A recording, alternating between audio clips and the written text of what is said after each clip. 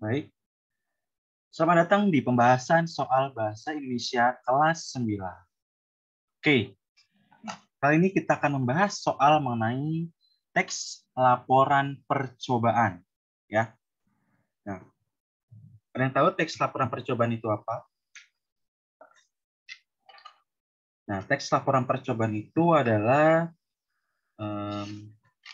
suatu penjelasan lengkap ya mengenai sebuah percobaan.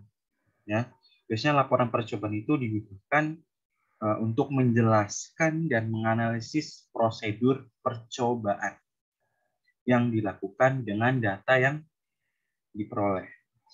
Nah, di dalamnya biasanya terdapat banyak bagian yang penting, ya, seperti hipotesis, daftar alat dan bahan, serta data mentah percobaan yang disusun dengan format tertentu, ya.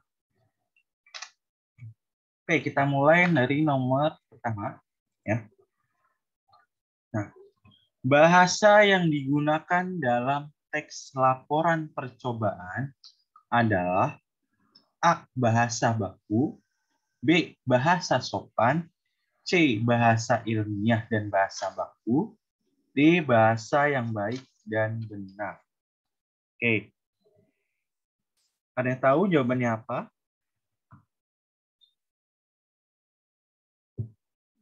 Ya.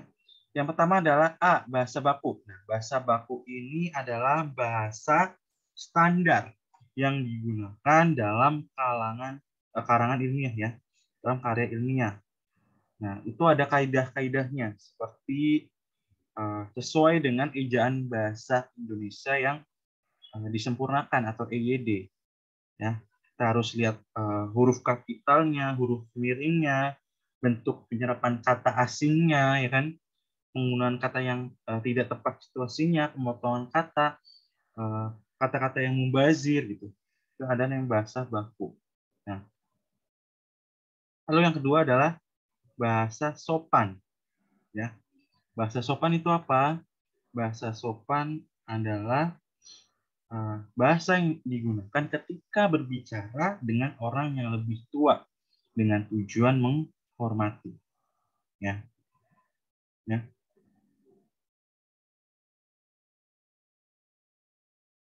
Jadi bahasa sopan santun itu ya itu biasanya dipakai dalam situasi sosial yang mewajibkan adanya norma sopan santun. Ya.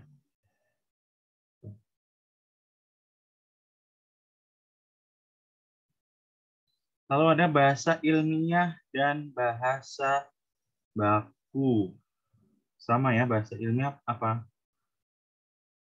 Bahasa ilmiah adalah ragam bahasa yang berfungsi menciptakan komunikasi yang tepat dan efektif, yang biasanya berkaitan dengan bidang profesional atau ilmiah tertentu. Nah, biasanya gini digunakan untuk metode penelitian. Ya. Lalu ada bahasa yang baik dan benar. Ya. Bahasa yang baik dan benar apa? Bahasa yang baik dan benar ya adalah menyampaikan pikiran dan informasi itu yang lengkap secara teratur ya. Bahasa yang sesuai dengan pedoman umum ejaan bahasa Indonesia atau UEBI. Sedangkan bahasa yang baik ya, ya, bahasa yang baik ya belum tentu sesuai dengan pedoman umum ejaan bahasa Indonesia. Nah, penggunaan bahasa yang baik itu disesuaikan dengan situasi dan keadaan pada saat kita menggunakan bahasa tersebut. Ya, jadi bahasa yang benar bukanlah bahasa yang baik. Sedangkan bahasa yang baik belum tentu benar. Ya.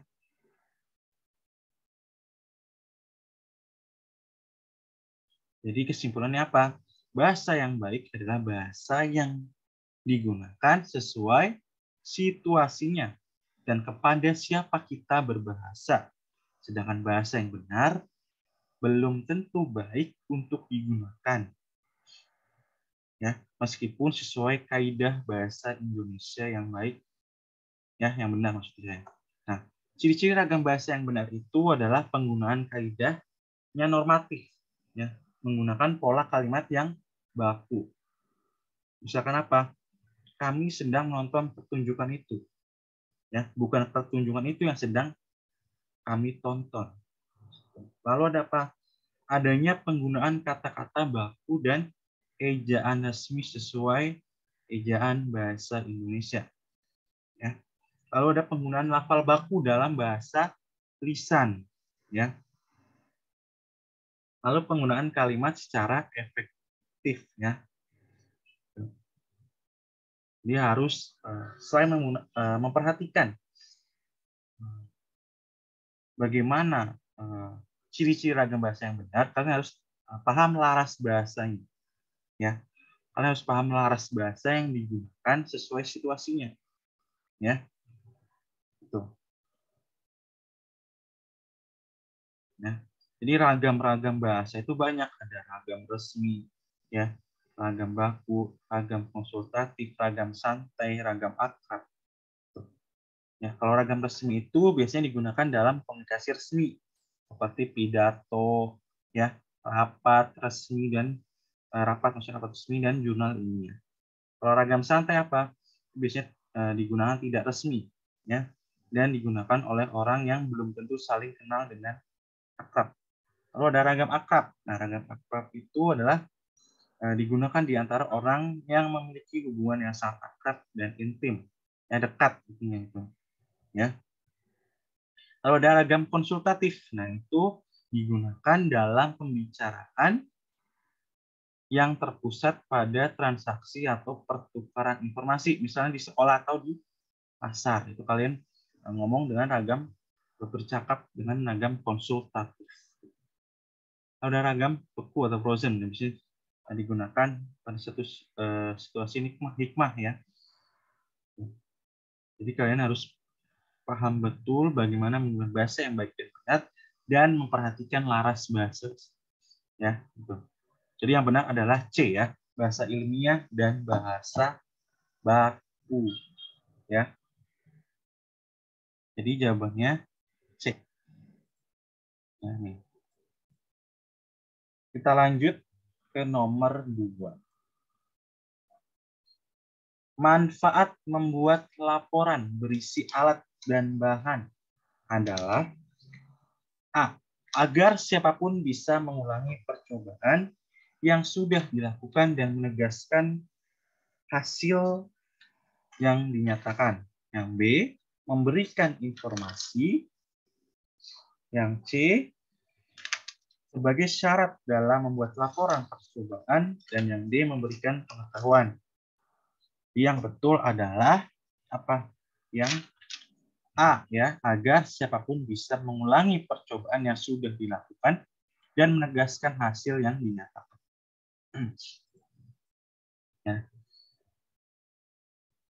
Lanjut. Judul dalam laporan percobaan harus A. Padat, B. Jelas, C. Padat dan jelas, D. Singkat dan jelas. Oke, Anda tahu jawabannya apa?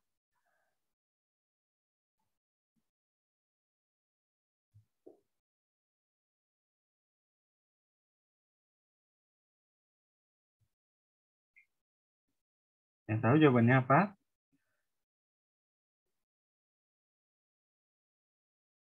Oke, jawabannya adalah apa?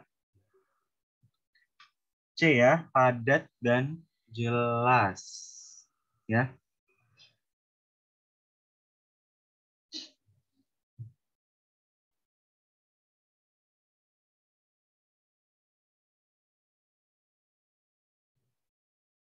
Oke, kita lanjut.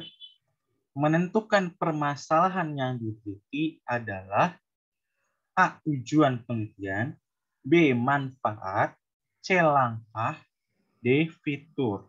Yuk. Oke, yang pertama kita bahas A. Tujuan penelitian apa? Tujuan penelitian secara umum adalah untuk memperoleh pengetahuan atau penemuan baru, ya, sebagai pembuktian atau pengujian tentang kebenaran dari pengetahuan yang sudah ada. Jadi sebagai pengembangan pengetahuan gitu, itu tujuan. Ya. Jadi rumusan kalimatnya yang menunjukkan adanya hasil sesuatu yang akan diperoleh setelah penelitian itu selesai. Ya, juga sesuatu yang akan dicapai atau ditangani dalam suatu penelitian. Ya. Lalu manfaat penelitian. Yang tahu? Manfaat penelitian adalah apa? Ayo. Narasi yang objektif yang menggambarkan hal-hal yang diperoleh setelah suatu tujuan itu penelitian itu telah terpenuhi. Ya. Lalu ada langkah penelitian apa? Nah, langkah penelitian itu adalah ya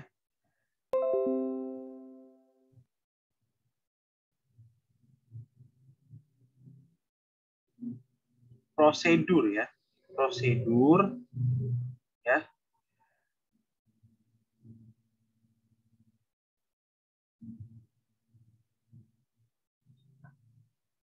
yang digunakan untuk melakukan penelitian ya. Jadi prosedur ya. Yang pertama biasanya kita harus biasanya merumuskan masalahnya dulu, lalu melakukan studi pendahuluan ya. Jadi ada hipotesisnya, ada menentukan variabelnya, ya kan? Gitu. Jadi kalian harus tahu langkah-langkah melakukan penelitian. Ya. Lalu ada fitur penelitian. Apa fitur penelitian? Fitur penelitian adalah apa? Yang tahu?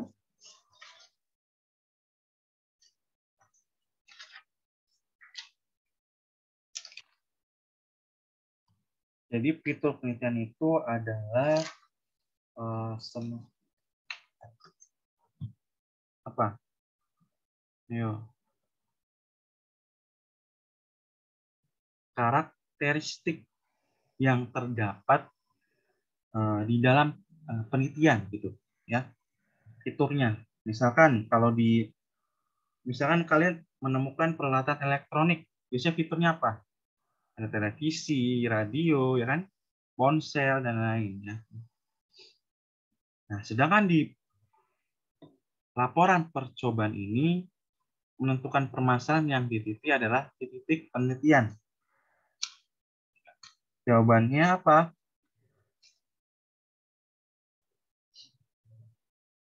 Tujuan penelitian, ya. Jawabannya tujuan penelitian, ya. Jawabannya. Kita lanjut.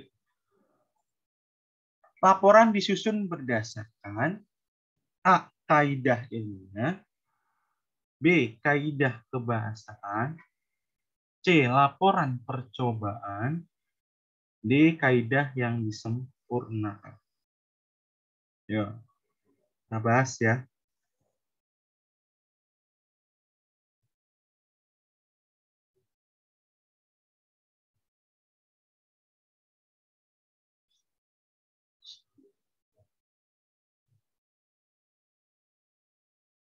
Di kaidah ilmiah itu ya kaidah yang digunakan dalam penulisan karya ilmiah. Ya, misalkan kalian melihat unsur-unsurnya terlebih dahulu ya di dalam penulisan artikel ilmiah misalkan. Ya, misalkan menggunakan metode penelitian ya kan, memakai kalimat apa?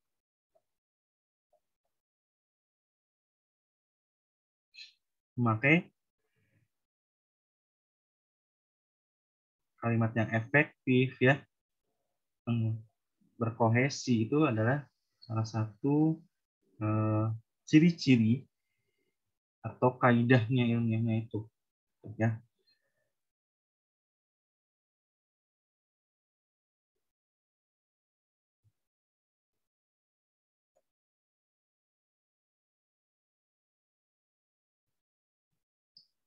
Lalu ada kaidah kebahasaan. Nah, kaidah kebahasaan itu apa? Yang tahu? Kaidah kebahasaan ya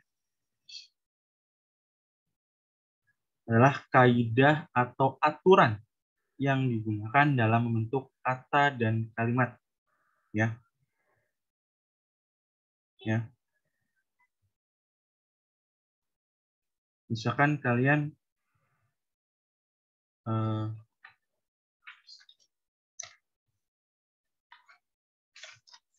kalian pasti sudah belajar tentang teks tanggapan. Nah, itu nanti kita ada beberapa kaidah ilmiah atau kaidah kebahasaan. Nah, kaidah kebahasaan itu adalah aturan yang digunakan dalam bentuk kalimat, ya, biasanya dijadikan sebagai ciri atau karakteristik suatu teks agar berbeda dengan jenis teks lainnya. Ya. Lalu ada laporan percobaan. Nah, laporan percobaan ini judulnya tadi. Ya. Lalu ada kaidah yang disempurnakan. Tahu kaidah disempurnakan apa? Kaidah yang disempurnakan tadi, ya, di dalam ejaan, ya, misalkan penulisan katanya, tanda bacanya, singkatan, akronim, ya, unsur serapannya, huruf, kapital, miring, ya, angka dan lambang bilangannya, ya, termasuk dalam kaidah ejaan. Jadi jawabannya adalah laporan disusun berdasarkan kaidah ilmiah. Ya. Oke, terdapat titik fitur bahasa dalam laporan percobaan. A4, B5, C3, D6. Ya. Tadi apa fitur bahasa adalah karakteristik yang ada di dalam laporan percobaan. Yaitu ada berapa? 4 fitur. Ya, 4 fitur bahasa di dalam laporan percobaan. Yang pertama itu ada pengenalan kelompok atau aspek-aspek umum. Lalu yang kedua hubungan logis, ya, yang kondisional. Jadi hubungan logis itu menjadi salah satu cara agar teks itu memiliki kesatuan yang utuh dan sesuai dengan fakta yang diperoleh dalam pembuatan laporan. Lalu yang ketiga ada kata benda, kata atau frasa sifat, kata kerja aksi, dan istilah-istilah. Nah, kata benda itu kata yang menunjukkan sesuatu benda dan segala sesuatu yang dibendakan. Nah, ciri-ciri kata benda itu biasanya berawalan pe, ya, berakhiran an, berimbuhan gabungan pe-an, ya, berimbuhan gabungan per-an, berimbuhan gabungan pe-an. Itu kata benda. Udah kata sifat. Nah, kata sifat itu kata yang menyatakan sifat, ya. Pada umumnya kata sifat itu diikuti oleh kata keterangan, ya, sangat dan dapat dibentuk menjadi kata ulang berimbuhan gabungannya se-nya. Contoh apa? Besar, sangat besar, ya, sebesar besarnya, ya, se-nya. Itu ada kata kerja. Nah, kata kerja itu kata yang menyatakan perbuatan atau tingkah laku. Misalnya diikuti dengan frasa apa? Dengan. Contoh lari, dengan cepat. Ya, itu contoh. Lalu ada bahasa yang umum digunakan dalam teks laporan percobaan. Jadi bahasa yang umum digunakan dalam teks laporan percobaan itu adalah bahasa ilmiah dan bahasa baku. Ya. Jadi proses penulisan laporan itu memerlukan bahasa yang jelas dan logis. Ya. Lanjut. Nama, jadi jawabannya 4 tadi ya. Nama laboratorium atau percobaan yang dilakukan adalah penjelasan dari A. Hipotesis, B. Alat dan bahan, C. Hipotesis, B. Judul, C. Alat dan bahan, D. Kesimpulan. Jawabannya adalah B. Judul. Ya, nama laboratorium itu judul. Ya. Berikut ini merupakan sifat laporan dari segi materi. Ya, kecuali A. Lengkap, B. Akurat, C. Persuasif, D. Penilaian. Yang bukan sifat laporan dari segi materi adalah penilaian. Ya, penilaian. Lanjut. Cara kerja dalam sebuah laporan percobaan adalah A. Menjelaskan tahap demi tahap cara kerja percobaan tersebut. B. Menjelaskan kesimpulan dari percobaan tersebut. C. Menjelaskan reaksi percobaan tersebut. D. Menjelaskan pengantar percobaan. Oke. Jawaban yang betul adalah A. Menjelaskan tahap demi tahap cara kerja percobaan tersebut. Ya. Jadi cara kerjanya adalah kita harus menjelaskan, ya, bukan menjelaskan kesimpulannya, bukan menjelaskan reaksi percobaannya, tapi menjelaskan tahapnya. Gitu ya. Itu cara kerja. Lanjut. Berikut ini fitur bahasa yang terdapat dalam teks laporan percobaan, kecuali tadi kita udah bahas ya. Kecuali apa? A. Pengenalan kelompok atau aspek-aspek umum. B. Hubungan logis yang lugas. C. Kata benda, kata atau frasa sifat, kata kerja aksi, dan istilah-istilah. D. Bahasa yang umum digunakan dalam teks laporan percobaan.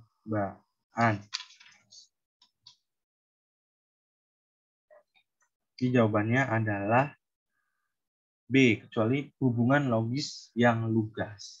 Itu bukan fitur bahasa yang terdapat dalam teks laporan percobaan. Nah, di dalam teks laporan percobaan itu biasanya ada hipotesis. Ya, hipotesis itu adalah hasil yang diharapkan untuk memecahkan masalah di dalam percobaan, ya, secara teoritis atau perkiraan hasilnya. Ya.